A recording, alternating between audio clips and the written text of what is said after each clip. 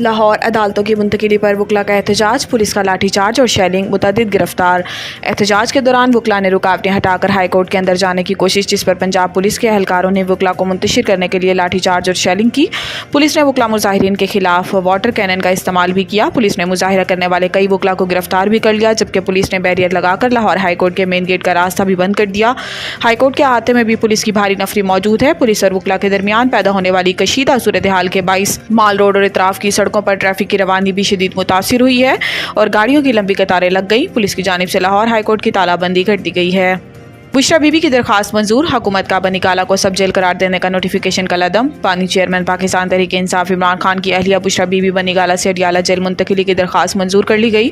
Islamabad high court के justice मियां गुल हसन औरंगजेब ने बुशरा बीबी की दरखास्त पर चंद रोज़ कबल महफूज किया फैसला सुनाया। अदालत ने बुशरा बीबी की रिहाइश का बनी काला को सब जेल करार देने का हुकूमती नोटिफिकेशन गैर कानूनी करार देकर इसे कलदम करार दे दिया और बुशरा बीबी को बनी काला सब जेल से अडियाला जेल मुंतकिल करने का हुक्म जारी कर दिया।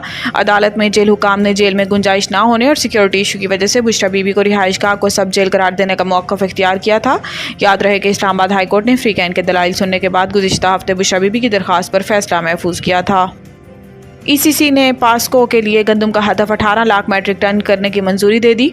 विफाकी वज़ीर ख़जाना मोहम्मद औरंगजेब की ज़ेर सदारत इक़्तिसादी राब्ता कमेटी का इजलास हुआ, जिसमें वज़ीर बराए इक़्तिसादी अमूर आहद चीमो और MD पास्को भी शरीक हुए। इजलास में गंदम की खरीदारी का हदफ बढ़ाने और गंदम की खरीदारी के लिए मतलूबा कैश क्रेडिट की हद बढ़ाने की मंजूरी दी गई। ECC इजलास के एलामिया में बताया गया कि 2024 की ज़रूरियात पूरी करने के लिए 2 लाख मैट्रिक टन यूरिया खाद दरामद की मंजूरी दी गई और वजारत सनत व पैदावार को यूरिया की तलब और रसद की सूरत हाल का मुसलसल जायजा लेने के लिए भी हदायत की गई। ECC की जानिब से स्टील मिल्स के मुलाजमीन की तनख्वाहों की अदायगी की भी मंजूरी दी गई और हदायत की गई है कि वजारत सनत स्टील मिल्स के असासे के मुस्तकबिल में बकाया जात खत्म करने के लिए के इलेक्ट्रिक की दरखास्त को मंजूर इजाज़त दे और के इलेक्ट्रिक को 70 अरब रुपए के चिराग की दरखास्त की इजाज़त भी दी गई।